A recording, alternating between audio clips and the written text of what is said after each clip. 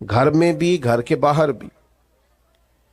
اللہ نے بعد میں توفیق دی، ان کی 4 نسلیں صحابی بنی ہیں، لیکن شروع میں یہ اعلان کرنا، ان کے والد سخت ناراض ہوا کرتے تھے بعض چیزوں سے، اور پھر قبیلے سے ہم لوگوں نے تو سمجھ لیا نیکیاں بھی شاید جمہوری ہوتی ہیں، سارے کریں گے تو میں بھی کروں گا، جی فلانا کام کوئی نہیں کر رہا میں کیوں کروں. نیکیاں جمہوری نہیں ہوتی، ملک جمہوری ہے، نیکیاں جمہوری نہیں ہوتی. نیکی تو نیکی ہوتی ہے، کوئی کرے نہ کرے ہم نے کرنی ہے. تو حضرت صدیق اکبر کا یہ پہلا اعزاز، اس کو سمجھیں کہ انہوں نے دین حق کو قبول کیا، اور نبی پاک علیہ السلام نے اس بات کو بطور اعزاز کے بیان کیا ہے، بطور فضیلت کے. یہ ان کی انفرادیت کے طور پر نبی پاک نے اس کو بیان کیا.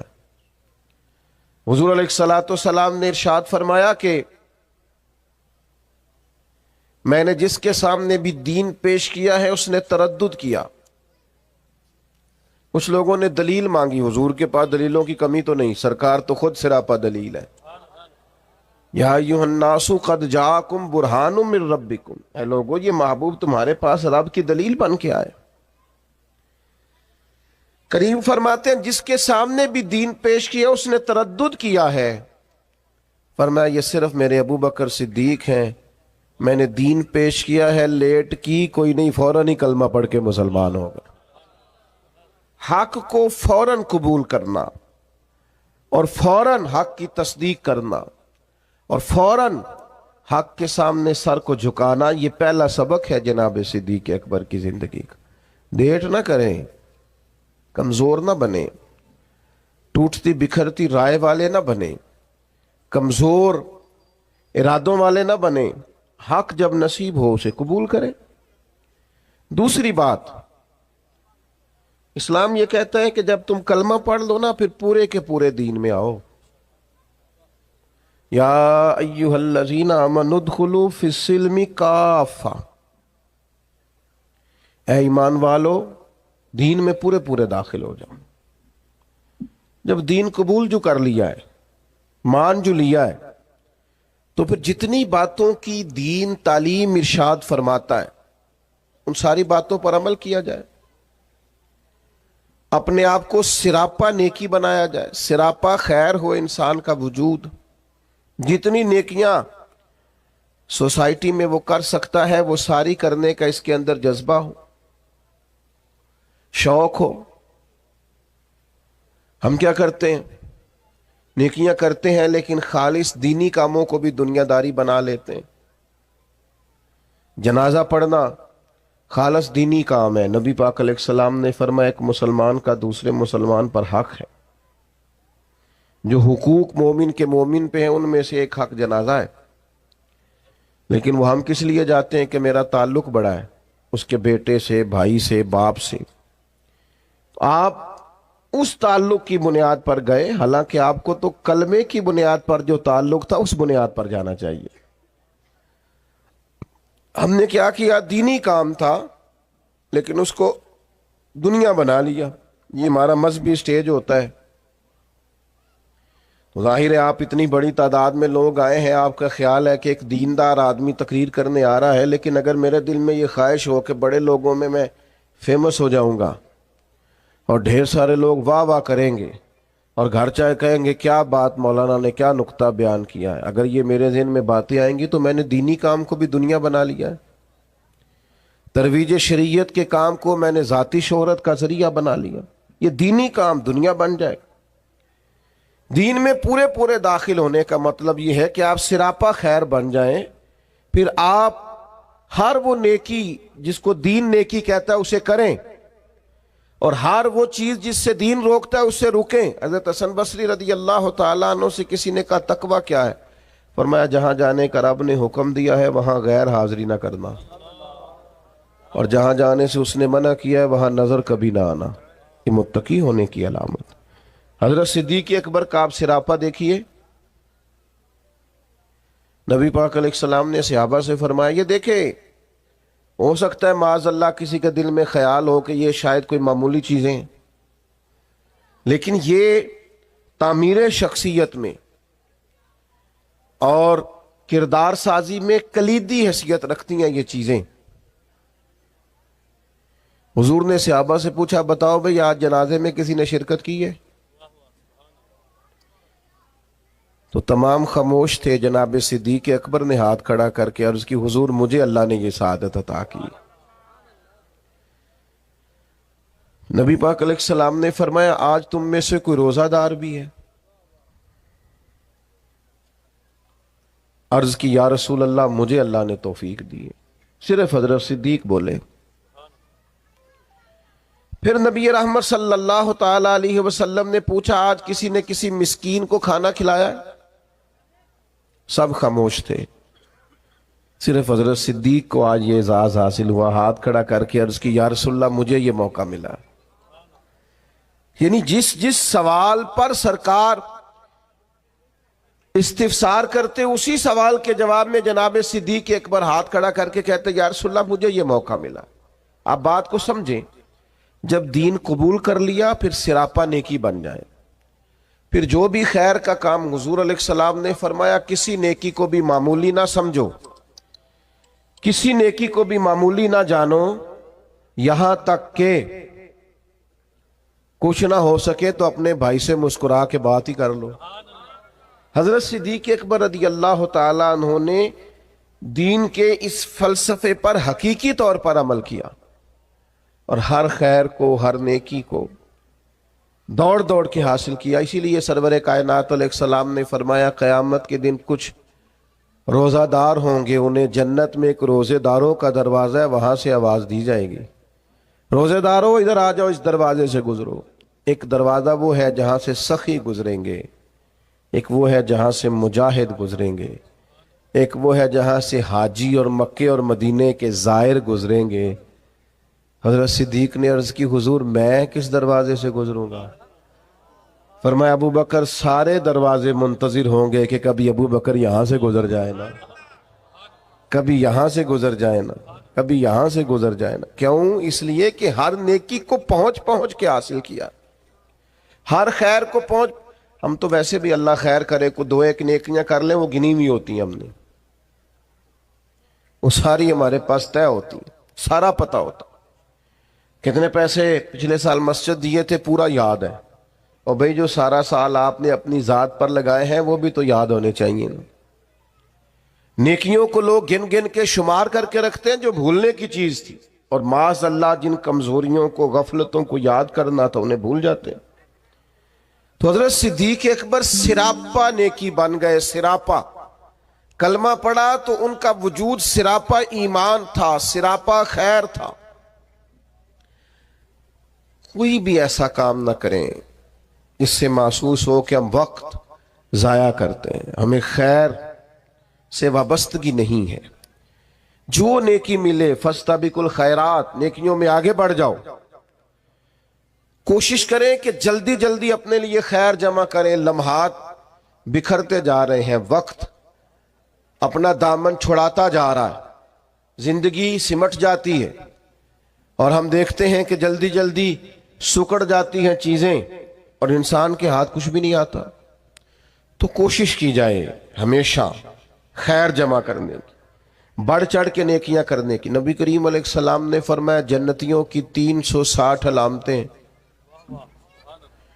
کسی میں ایک بھی پایا جائے تو جنتی ہے. آپ کی توجہ ہے میری بات پر؟ کتنی علامتیں؟ کسی میں اللہ کا ایک دعا مانگنے لگا وہ آمین کہنا ہے. اللہ کرے آپ موبائل کم دیکھیں اور میری بات زیادہ سنیں, آمین تو کہہ دیں, دعا میں تو شامل ہو جاؤ یار, دعا مانگی ہے. ان 360 یہ ساری وہی نیکیاں ہیں جو پھیلی ہوئی ہیں. خیر کرنا, پیار کرنا, عبادت کرنا, مخلوق کی خدمت میں مشغول رہنا.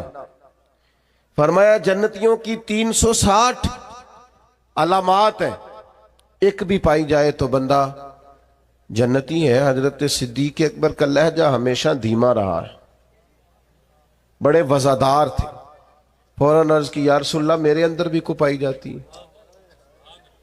وہ جو 360 نورانی علامات ہیں جنتیوں کی تو کریم میرے اندر بھی کو پائی جاتی. نبی کریم نے فرمایا آپ کے اندر تو 360 ساری کی ساری پائی جاتی ہیں، ساری. انہوں نے سراپا خیر کیا، سراپا.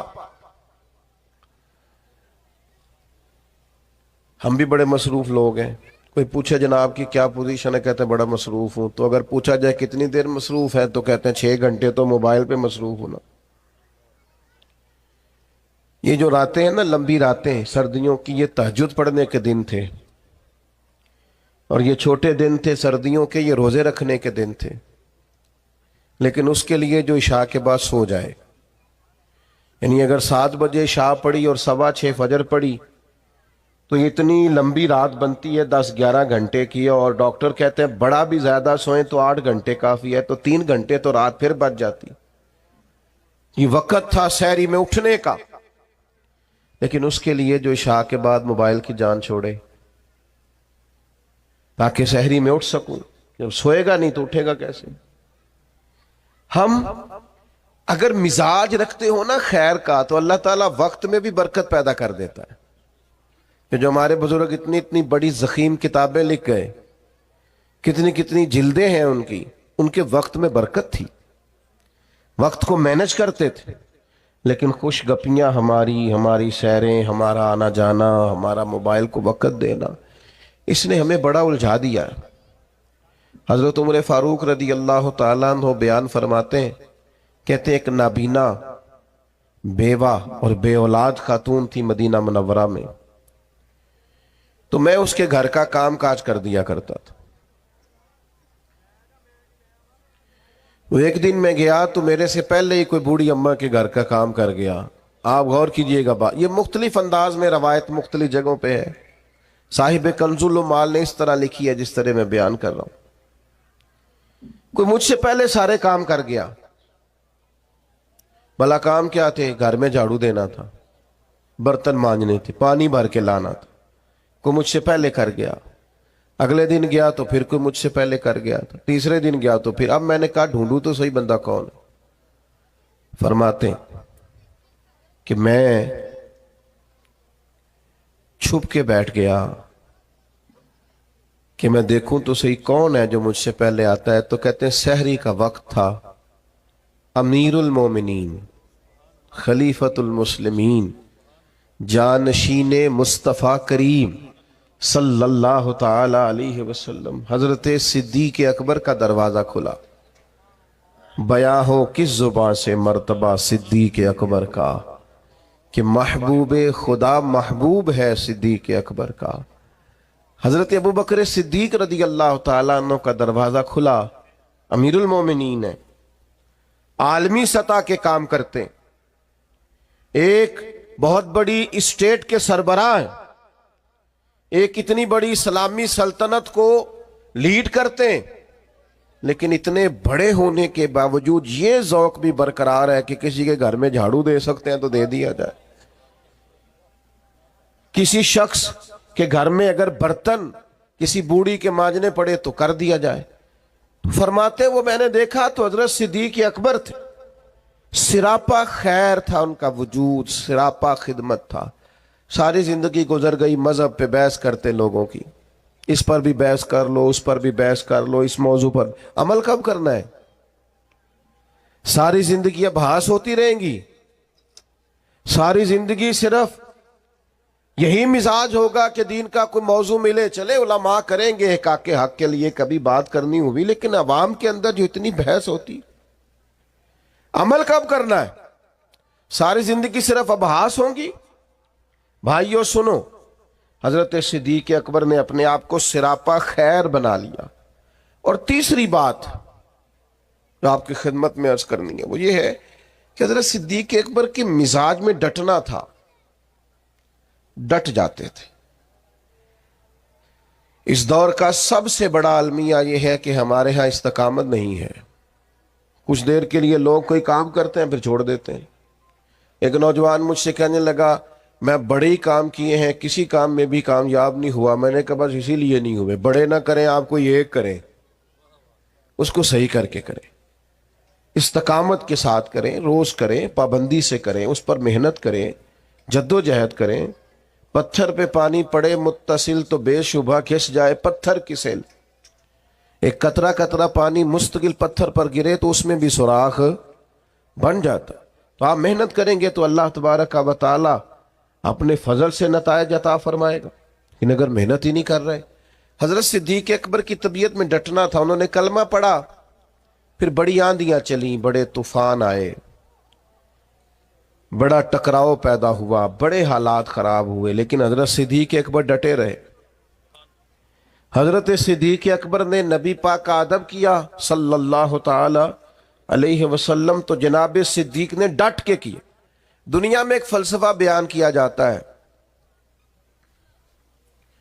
کہ جو زیادہ قریب رہتا ہے وہ ادب چھوڑ جاتا ہے, اور یہ بات غلط نہیں ہے, ایسا ہوتا ہے. جن لوگوں جو زیادہ قریب رہتے ہیں, جو زیادہ جن کو قربت ملتی ہے, کوئی چیز جن کو آسانی سے میسر آ جاتی ہے, وہ اس کی قدر نہیں کرتے. ہوتا ہے کہ زیادہ قریب میں رہنے والے لوگ اکثر قدر کر چھوڑ دیتے ہیں. لیکن حضرت صدیق اکبر کا کمال ہے, انہوں نے دنیا کا یہ فلسفہ ہی غلط کر دیا ہے. انہوں نے کہا قریب بھی سب سے زیادہ میں رہا ہوں اور احترام بھی سب سے زیادہ میں نے کر کے دکھایا. قرب بھی سب سے زیادہ, ادب بھی. سب کوئی باہر سے آتا تھا تو حضرت صدیق اکبر اسے کونے میں لے جاتے تھے, پہلے نبی پاک کا ادب سکھاتے. کہتے یہ بڑی نازک بارگاہ, ادب گاہ ہیست زیر آسماں, از عرش نازک تر, نفس گم کردمی آیت جنید و با یزیدی جا. کونے میں لے جاتے اور حضور کا ادب سکھاتے.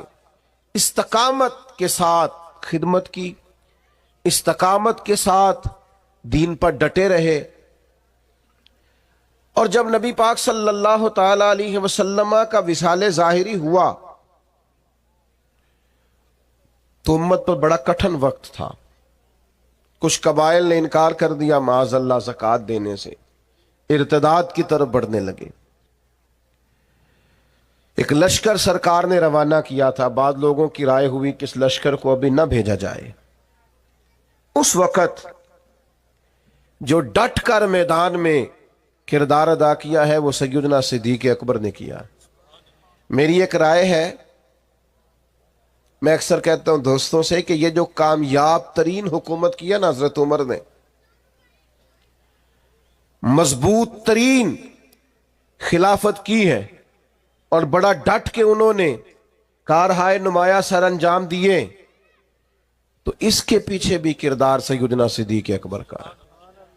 انہوں نے فتنوں کا سر کچل کے, اٹھنے والے ہر فتنے کا سر کچل کے ایک مضبوط بنیاد بنا کے سیدنا عمر کو دی تھی. اس کا نتیجہ یہ نکلا کہ حضرت عمر کے لیے کام کرنا آسان ہو گیا, مشکلات ان کے لیے نہیں رہی. اور بھائی جان آپ کو اللہ لمبی زندگی, برکت, عزت, صحت والی دے, بیٹھ جائیں آپ. کتنے آپ پیارے لوگ ہیں. اب تو تقریر ختم ہونے لگی. بس میں اللہ تعالیٰ آپ کو سلامت رکھے, میری کچھ طبیعت بھی ٹھیک نہیں ہے اور سفر بھی لمبا کیا ہے, بات بھی میری مکمل ہو گئی اب ماشاءاللہ. لیکن ہمارے بھائی نے بھی بڑا زور لگایا, تو باقی ہمارے جو نعت شریف پڑھنے والے تو انہوں نے بھی آپ سے عرض کی کہ آپ بیٹھ جائیں, لیکن میں محسوس کرتا ہوں آپ میں کافی استقامت ہے. آپ نے بھی جو کہہ لیا ڈٹ گئے. اللہ تعالیٰ سب کو جزائے خیر دے, ہم سب کے حال پہ رحم فرمائے. اب 2-4 منٹ دے تاکہ بات مکمل ہو سکے. حضرت سیدنا صدیق اکبر رضی اللہ تعالی عنہ نے جو استقامت دکھائی, استقامت, فوراً لوگ ہتھیار ڈال دیتے ہیں. دین کے معاملے میں ڈٹنا سیکھیں. سارے بچے مخالف ہو بھی گئے ہیں تو کوئی حرج نہیں, آپ کھڑے تو ہوں. برادری ساری اگر مخالف ہو بھی گئی ہے تو کوئی مسئلہ نہیں, دین کے لیے ڈٹے تو صحیح, آپ سٹینڈ تو لیں. اگر آپ ڈٹیں گے تو اللہ مدد کرے گا. حضرت عمر رضی اللہ تعالیٰ عنہ نے آن کر کے حضرت صدیق اکبر سے یہ عرض کیا تھا کہ حضور ابھی حالات اور ہیں, آپ کم از کم یہ لشکر ہی نہ بھیجیں. مانعین زکوٰۃ معاذ اللہ منکرین, ان کے خلاف لڑنا ہے, حالات اس طرح کے نہیں ہیں, ذرا بہتری ہو جائے گی. تو حضرت ابو بکر صدیق جو اپنے مزاج کے لحاظ سے نرم خو تھے, انہوں نے حضرت عمر سے کہا تمہیں تمہاری ماں روئے,